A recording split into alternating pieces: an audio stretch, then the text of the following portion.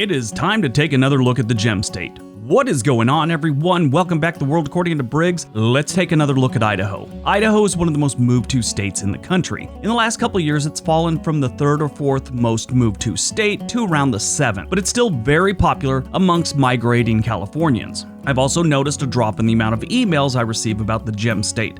I still get a couple a week, but for a while there I was getting a couple a day. Some of the most common questions I get about any city or state is where the best, worst, and most dangerous neighborhoods. Today we're going to look at the most dangerous neighborhoods in Boise, Idaho. Before we get rolling, there's some things you need to understand about Boise, and really all of Idaho. The first thing is they have really low crime when you compare it to the rest of the United States. A Boise neighborhood is light years better than a Detroit, LA, or Chicago neighborhood. We are also only comparing other Boise neighborhoods and using their actual neighborhood name. This is hard for a lot of locals to understand. Sometimes what locals call a place may be different from the name the neighborhood is actually on the books as. I do this so if anyone not from the area is looking to move here and they Google it, they can actually find the neighborhood. We're also only going by the crime rate compared to the national average, not reputation, urban lore, gut feeling, or what you know because you live there. Statistically, these are the most dangerous neighborhoods in Boise. Number 10, Vistas. Vistas is a neighborhood that I've heard pronounced different ways. Vistas seems to be the most common. What isn't common here is sidewalks. This isn't a very pedestrian-friendly neighborhood. They could use more sidewalks, pedestrian signs, and maybe a bike lane. I don't know. The neighborhood is just north of the airport and has just over 10,000 residents. Of those 10,000 residents, a lot of them are minimum wage workers, which is great that they have a job and all, but when you have too many of the residents that don't make enough money, it shows, and it leads to other problems. The median household income here is 22% lower than the national average, which here in Vistas, it's about $42,000 a year. That's a whole family. And that's the average. Please don't correct me that you made $55,000 last year, okay? It's the average. In 2019, the unemployment rate here was 66% higher than the national average at 8%, which is always a factor in crime rates. And here's how they got on the list. The violent crime rate here is 33% lower than the national average, but only 8% lower than Boise's average. Not bad, but compared to some of the nicer neighborhoods in Boise, yeah, it's not the best. Number 9, Central Bench. Central Bench is one of many neighborhoods on this list that are in the larger Boise Bench, and not too far from Cabela's. This, to most people in Boise, is very important. What is your proximity to Cabela's? It is also another neighborhood north of the airport, and it has some problems. Most notably, unemployment. Their unemployment rate is 50% higher than the national average, and like we've learned before, people that are broke and don't have jobs, they sometimes start committing crimes to make ends meet. The crime rate should be climbing in the coming years, too. An affordable housing project was in the works last year. Not sure how far they got on it. Affordable housing is great in theory. It just never seems to work out the way they hope, which sucks because all across the country, it's needed. There's always a bad element that shows up in any kind of affordable housing or public housing, anything like that. It just ruins life for the 90% of the people that are there just to try and live their life. Sucks. The population of Central Bench is just under 5,000 people.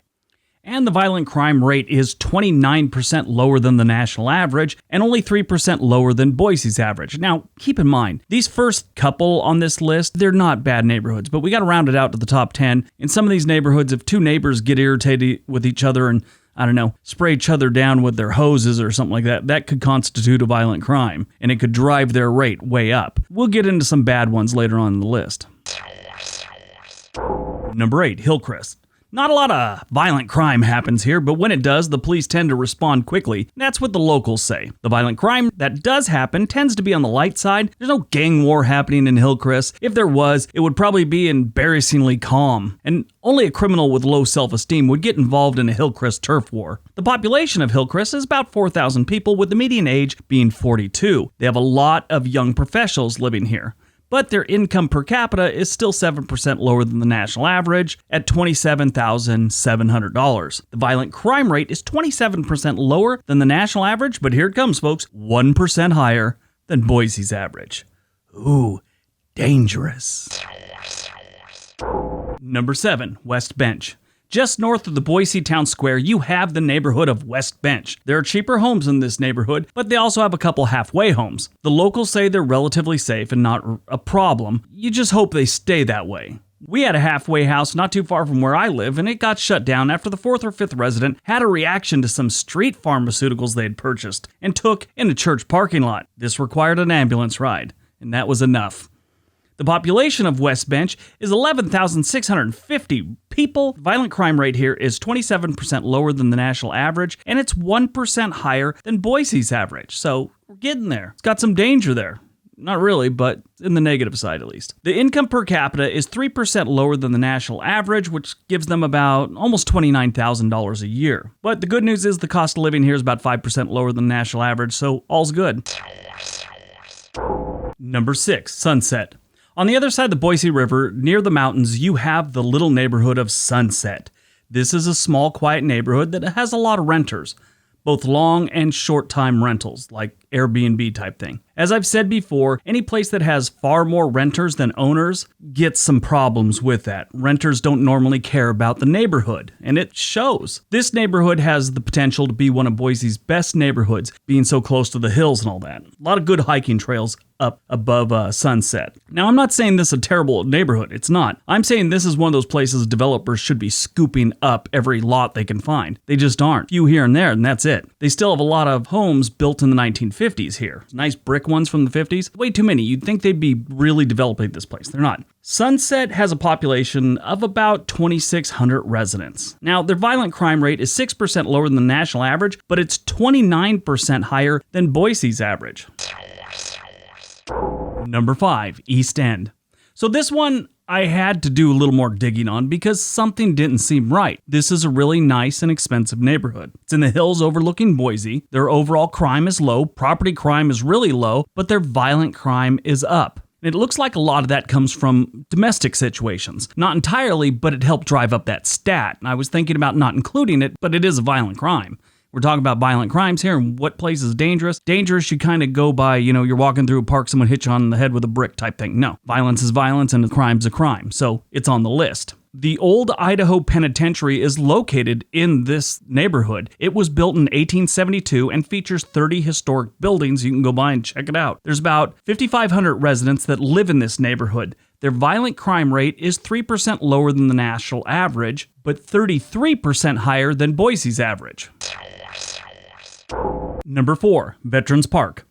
And this is where it starts getting ugly. Veterans Park is on the east side of the Boise River, right by the Sunset neighborhood. This is a bad neighborhood by Boise standards. By East St. Louis standards, this is the best neighborhood ever. Veterans Park has a park called Veterans Park. I couldn't confirm this, but I think this may be how the neighborhood got its name. It's just a hunch, though. They also have a skating rink and a whole bunch of violent crime. The skating rink is cool, the violent crime, not so much. The violent crime rate here is 22% higher than the national average and 68% higher than Boise's average. That sounds bad, but keep in mind there's places in Chicago that the violent crime rate is 250% higher than the national average.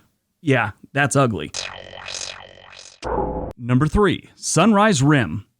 This neighborhood sits across the river from the Vistas neighborhood, and it's a little bit closer to the airport. Here's something that I've learned about airports in the United States in the years that I've been making these videos. Any neighborhood around an airport normally sucks. I don't know if it's the commotion, the noise, the jet exhaust, but something makes these locals violent and dumb. That's always seems to be what's going on around an airport. There's only around 1,000 residents in Sunrise Rim. Sunrise Rim? That sounds like a stripper name. Bet if it was Sunshine Rim, some dancer had used that before. Anyway, the income here isn't that good. It's actually 12% lower than the national average. The average person, not couple, makes about $26,000 in Sunrise Rim. The violent crime rate here is 25% higher than the national average and 72% higher than Boise.